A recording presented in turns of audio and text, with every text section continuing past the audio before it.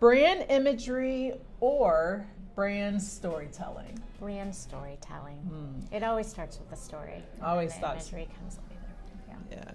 Experience first or product first? Experience first. No surprise there. No surprise. Consistency or creativity? Creativity. VIP preview or public grand opening? Ooh, public grand opening all the way. Big launch or steady drip? That's a good one. I think big launch gets you the momentum that you need to accelerate. What brand do you recall having the biggest impact on you as a girl, which may have inspired where you are right now in your career? Oh my gosh. I don't know that I have one. I think for me as a young girl, I was always interested in design.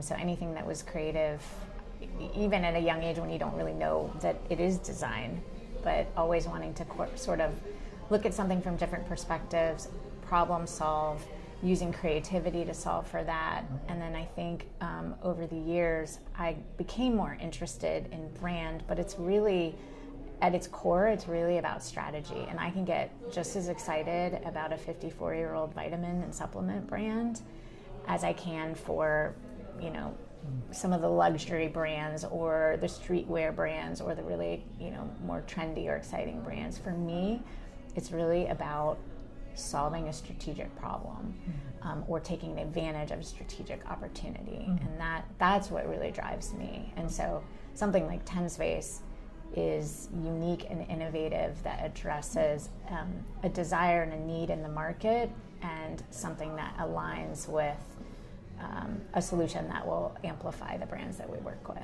Yeah. Now you began your career as a workplace designer, leading global accounts.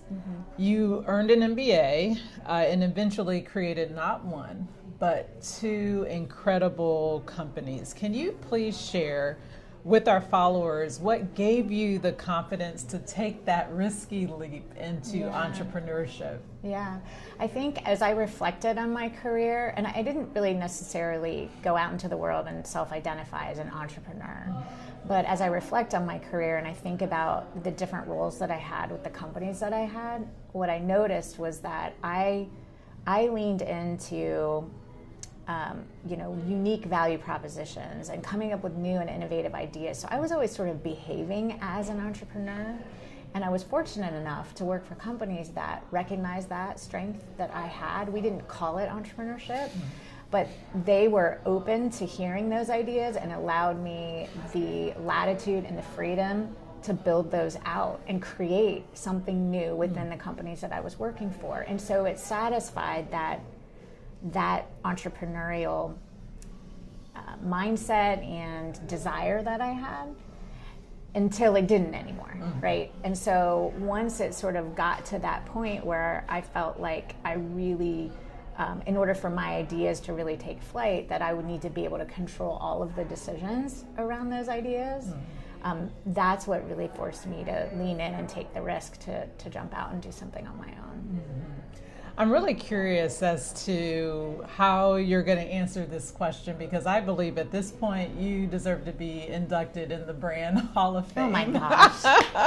So how would That's you very kind. How would you describe the brand persona of TENSPACE? TENSPACE is a maverick. And why? And by contrast, but it's not, it's all related, TENFOLD is the storyteller. TENSPACE is the maverick because we went out and did something that didn't exist anywhere. And that has a whole other layer of risk to it. But when you feel really passionate about a solution and feel like you can really solve for it, you have to sort of have that maverick mindset that you're going to go out and change the world. And know that what comes with that is the vast majority of people are not going to understand it. And they're not going to agree with you. And that's why you hear all those stories in business of, I got 85 no's, this didn't happen overnight. I have a better understanding of that now because it's kind of a lived experience where I'm trying to convince these brands in some ways that yes, this is different. It's not what you're used to. You don't have all the baseline metrics and benchmarks, but we know this works. And getting someone to really lean in and take that calculated risk has been probably the largest obstacle that we've had. And I think for me, I always worried when we were working on this, would consumers love it? I literally remember being on a walk and literally crying. Like I was just stressed out, and I was like, "We're doing all this, and what if people don't get it, and what if they don't like it?" Guests, consumers, people walking in off the street, they get it and they love it. It's not even a question. So the audience that I thought was going to maybe be the toughest to educate has been the easiest. It's taken no education. People intuitively get it and understand it.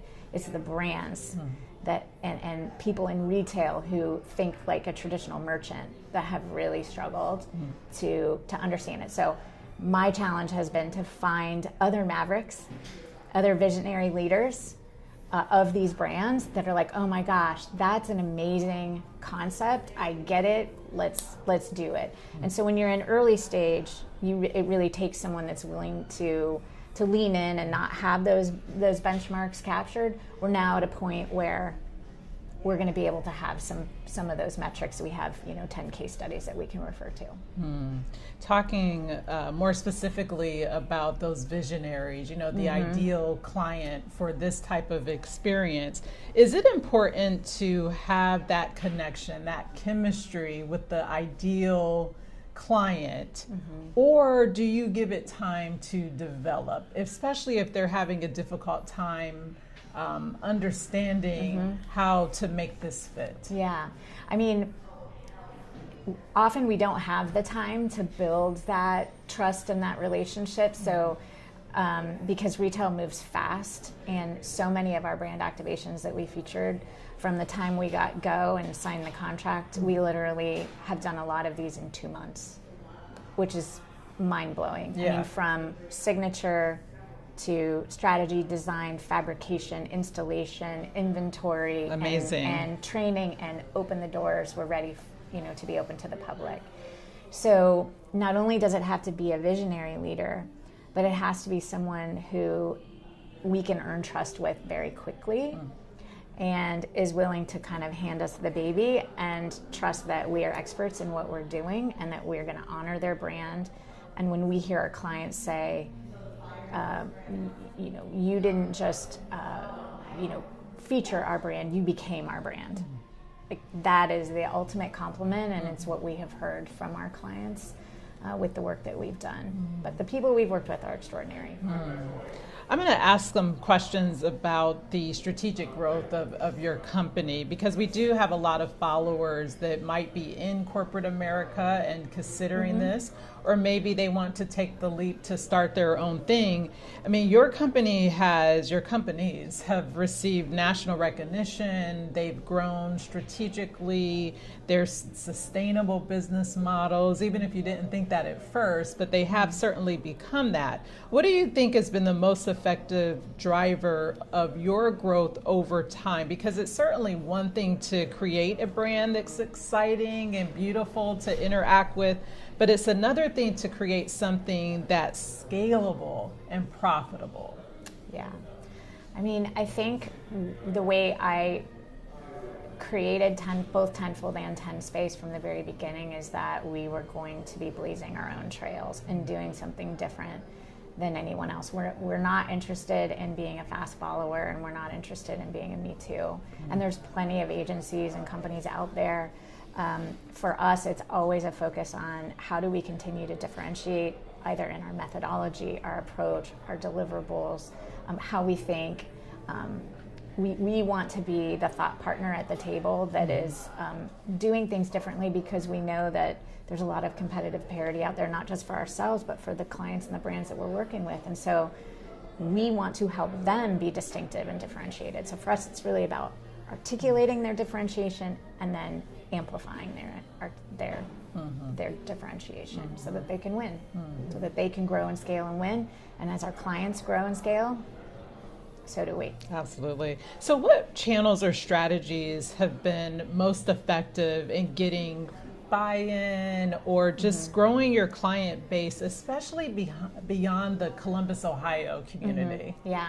So I think, sometimes we think that it's about a marketing strategy that we're going to put across LinkedIn, and yes, those all have a place. I think what we've learned over the last few years especially is that it really is about working with our existing clients, growing with them, and then when we peel back the onion on where our new business comes from, the vast majority of it comes from the relationships that our existing clients have, the referrals that we get. We've done work with private equity firms that once we start with one portfolio brand within their family of businesses, we then get introduced to the next and the next and the next. So for us, it's really about having really deep and strategic relationships with our existing customers, clients, and then growing organically with them, but also being more intentional about asking for introductions to others. You're going to give us a tour of this beautiful activation space, and we cannot wait. Can you talk about a few must-have elements of a brand experience that drives both engagement and sales? Yes.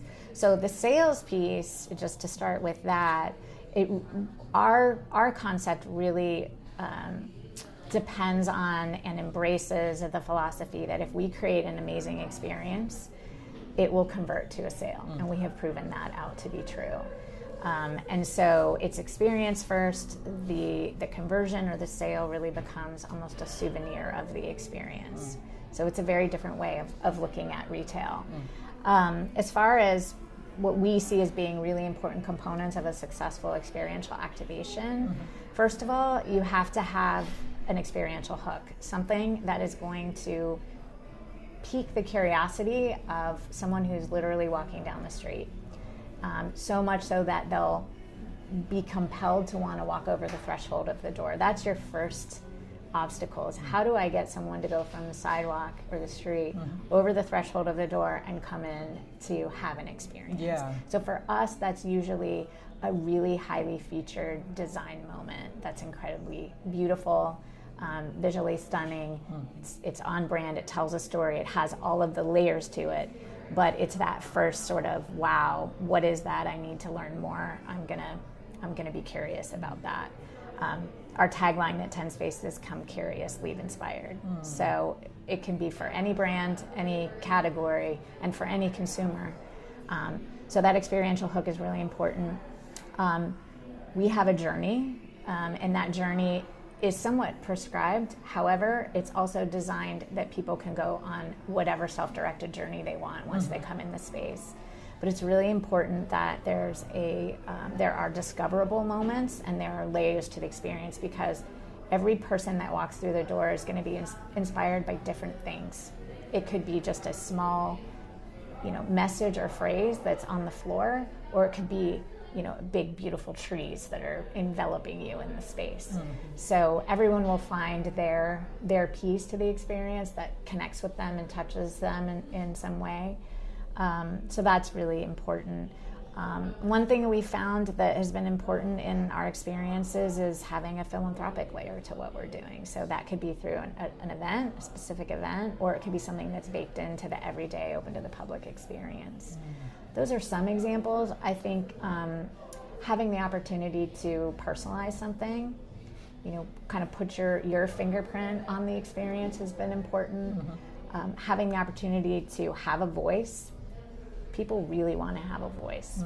And in this particular activation that we're going to walk, our butterfly wall is a way for people to have a moment, personalize their experience by thinking about what their self-care commitment is going to be, and then leaving it in the space and becoming a part of this experience and part of the installation is just really fulfilling and rewarding for people. Yeah, and it takes an incredible team, right, to bring this to life. What lessons have you learned as a CEO for getting the best work out of your marketers, your creators, your brand leaders? What have you learned? Well, I talk a lot about passion, especially when you're trying to take your team on a journey where they can't necessarily see exactly what it is or where it's going. It's the same thing as earning the trust of the client. You have to earn the trust of your team too. It's like, okay, we think we have an idea of where Rachel's head is at on this new idea and this concept, and we're a little maybe, we have some fears related to it. Maybe we've never done this before. How are we going to do it? And so, from a leadership perspective, having that passion and conviction that we can be fearless and move forward together, and we have confidence that we're going to be able to deliver on it. So I think making sure that I'm supporting the team in every way that I can, and a lot of it is really even just confidence building. Like, we've got this. What is next for TENSPACE? Can you give us a little sneak peek? Yeah. So I think we're loving what we're doing. We would love to stay in New York. Right now, our New York location is on a short-term lease, so we're hoping that we can gain some traction from this experience and continue to feature brands here in New York. We have brand activations lined up for Columbus. I think what's next is evaluating how we might take this to scale as well. So looking at some other markets and some other cities where our brands have interest in activation. I know with Nature Made, we're in the early stages of talking about, okay, this was amazing. We're gathering all of the KPI data from it. And there's a strong desire to want to look at other markets, and whether that be just other large markets like Miami or Nashville or LA, or Austin, some of the markets that people do spend a lot of time talking about, or whether that's also thinking about how to leverage the investments a lot of these brands have made in sports partnerships. So with Nature Made, for example, they have NCAA sponsorships in Oregon and Alabama and Ohio State. So how do we take some of what we've learned here and start to make sure that those investments are truly amplified also? Well, congratulations Thank on you. all of the success. We cannot wait to take a tour of this space. Yeah. So let's go. Thank you for listening and watching. We want to thank our presenting sponsor, the Columbus Chamber of Commerce, Brainstorm Media, and Kylie Lovesy Design. Listen and watch wherever you get your podcasts, and visit us online at herbusinessplaybook.com.